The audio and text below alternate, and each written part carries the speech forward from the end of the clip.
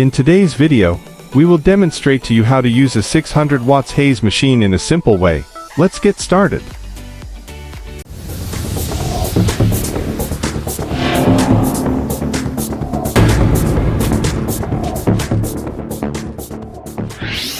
Hello guys, welcome to Laser Show Lab. In this video, we'll cover everything you need to know about haze machines, including how they work, and best practices for using them effectively. We'll also share tips on safety, maintenance, and getting the best results for your setup. We are now showing you the machine's basic dashboard, where you can manage to control output haze volume, work time interval, and work durations. This is the power input socket, where you can plug in the power cord. This is DMX in and out socket, if you want to control it on your preferred console. And this is the fans that manage to ensure proper haze dispersion, allowing the air to blow over the haze as it exits, if you're looking to enhance the atmosphere of your stage, event, or production. A haze machine is an essential tool. Unlike smoke machines that produce thick clouds, haze machines create a fine, even mist that enhances lighting effects, making beams and patterns more visible.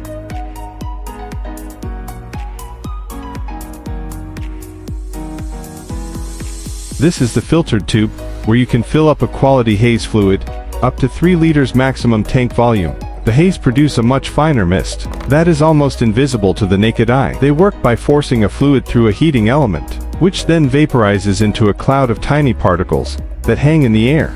To start setting up your haze machine, first, find a suitable location, where the haze can spread evenly without direct airflow from fans or air conditioning. Place the machine on a stable surface, or elevate it slightly for better coverage. Now, plug the machine into a power source, ensuring that the outlet provides the correct voltage as specified by the manufacturer. Once plugged in,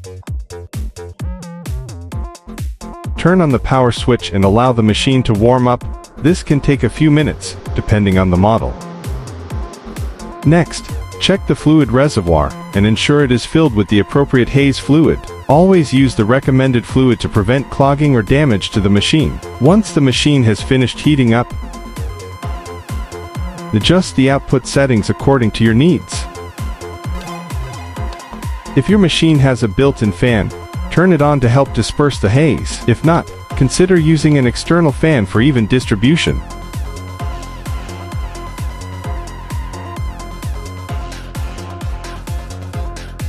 Adjust the output settings to achieve the desired haze effect. Start with a low output and gradually increase it to prevent overloading the space with haze. If your machine has a built-in fan speed control, adjust it to ensure smooth and even dispersion.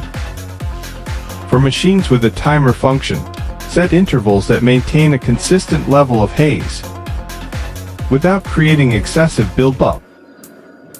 If the haze appears too thick or uneven, reduce the output or reposition the machine to improve airflow. Testing different settings in combination with your lighting will help you find the perfect balance for the best visual impact.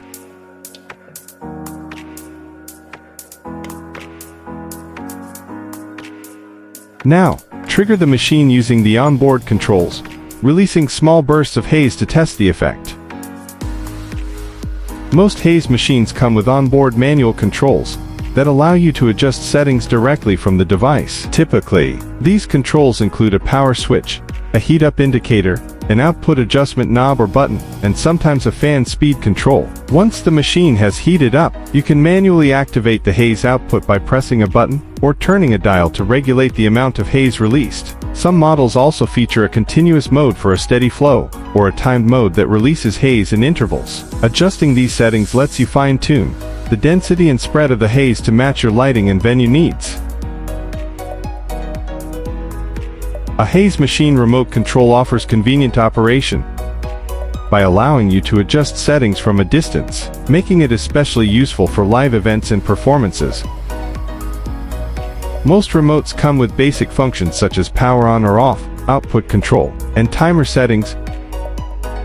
Wireless remotes provide flexibility, enabling you to trigger the machine without having to stay near it, while wired remotes ensure a stable connection without interference. One of the biggest advantages of using a remote is precision control. You can adjust the haze output in real time, ensuring the perfect balance without overfilling the space. This is particularly beneficial in concerts, theater productions, and DJ setups where seamless operation is key to maintaining the right atmosphere.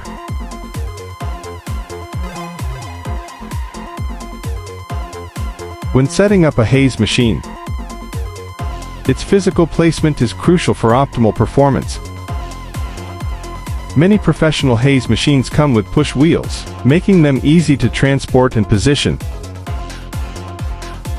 especially in larger venues. These wheels allow for quick adjustments without having to lift the machine, which is particularly useful for heavy-duty models. When positioning the machine, place it on a stable surface with enough clearance for airflow to ensure even haze distribution if the machine has locking wheels. Engage them to keep it securely in place during operation. The mobility provided by push wheels also helps during setup and teardown, saving time and effort while ensuring flexibility in different event spaces. And that's everything you need to know about properly setting up and using a haze machine. With the right placement, fluid, and output adjustments, you can create an incredible atmosphere that enhances your lighting effects and elevates your event.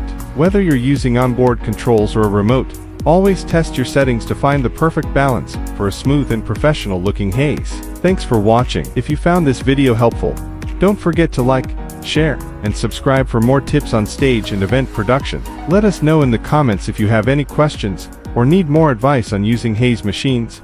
See you in the next video.